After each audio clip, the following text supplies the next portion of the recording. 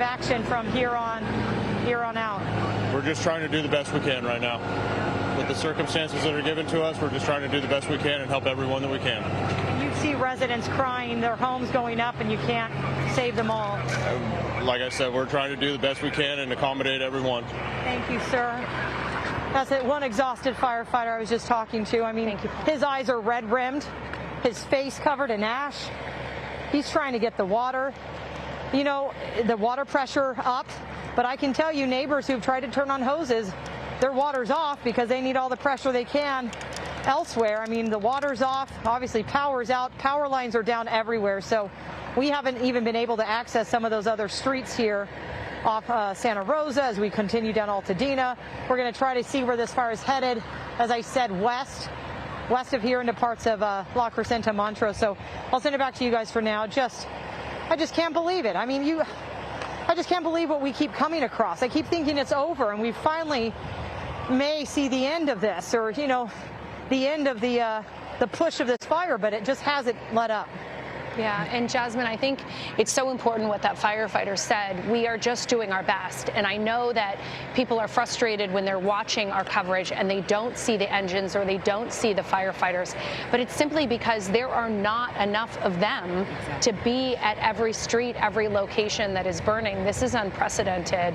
And so, you know, we know they're trying their best, but unfortunately at this point they have to just let some places burn because, you know, it's beyond their ability to put it out. Jasmine, thank you so much, and you've been doing such an amazing job, and it is so hard to report in your own community when you're worried about your own home and your own family, so we really appreciate it. We want to switch gears now, go back to the Palisades Fire, which is stretching into Malibu, causing more damage to communities there. It is certainly not over. No, by no means, and this is where our Michele Gile is, and Michele, we know that it broke out in Palisades and now it has moved to Malibu. You're on PCH, is that right?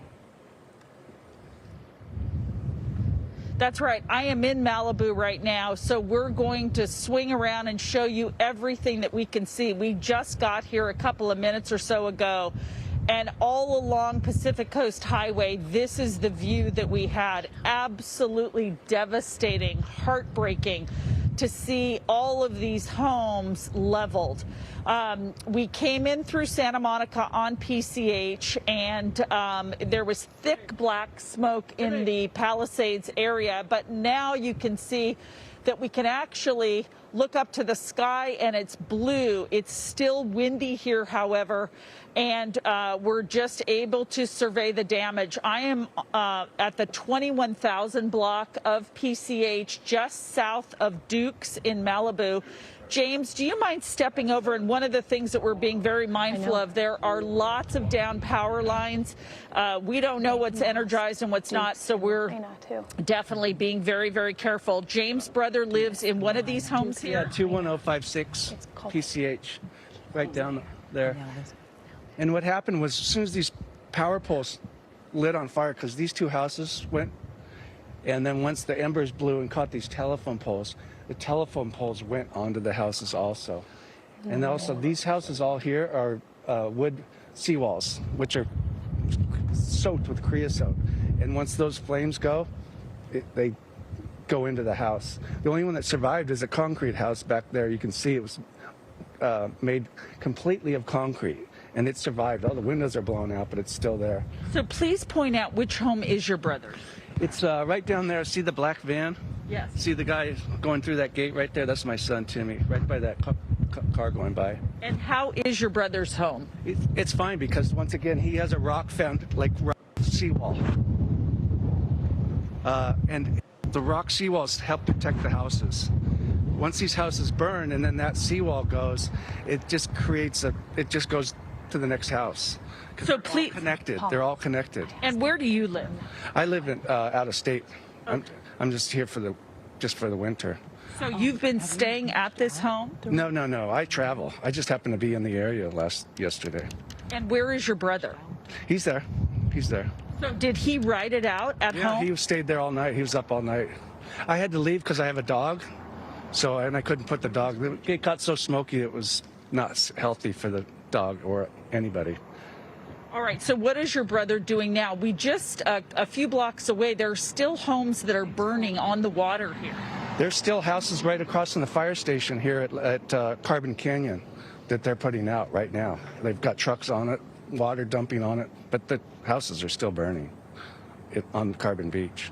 Okay, and it looks as though this stretch of homes along this block did survive, right? Because this house here is the first one that has a rock seawall.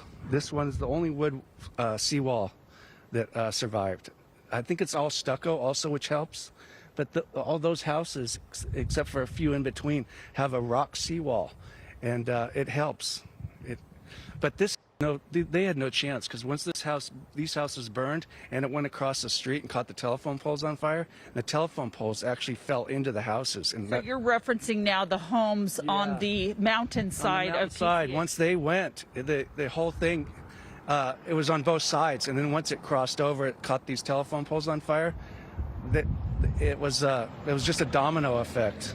You couldn't. There was no way to stop it. Also, the fire department is very smart about getting in between these fires when you have fires on both sides. So they were very smart to stay pretty much away from this area. Now, were you here watching when these homes were? were? I have photos of this one. And when was this? What time? 10 o'clock last night, 9:30. Wow. So this was one home here that we're looking at. I see the front door. That's the gate to that one house. And there's Randy, my friend. Those are his cars right there. That's Randy's Jeep, the gray one that burnt. And I don't know whose car is behind it, but that's Randy's house with its chimney sticking up with the big retaining wall in the back. So where is Randy? I don't know. He works at a restaurant in town here, but I think he evacuated if he was smart. Now, we had heard something about some people here in Malibu who were running to Dukes. You said that we're just south of Dukes, running to Dukes, and that they had been burned in the fire and they were trying to get help. Did you no, I didn't hear anything about that, but I know there was a lot of ambulances circling this area looking for people that potentially got hurt. I would be surprised if people, if there was people that didn't get hurt, because it was that bad. The Duke's parking lot's a staging area for the fire department right now. And also people have been bringing their cars down there and leaving them so they have, a car still. All right. James, I appreciate your time. Thank you. So you guys, we're just making our way up and down Pacific Coast Highway, taking a look at the damage. There are blocks of homes that are standing. Tim Kimball is with me on the camera, and you can see there, this home looks like it's in pretty good shape. Some of the vegetation is torched behind it, but the house is standing.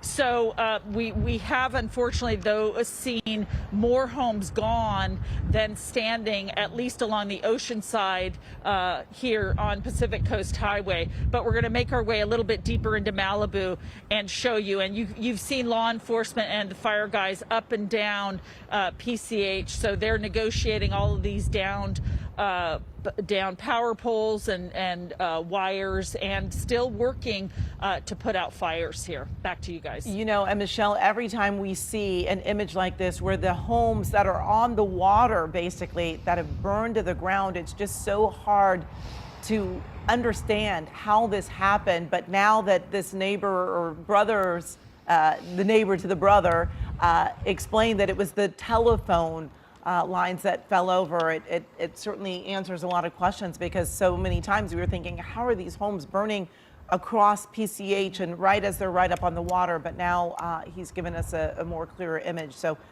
thank you for that.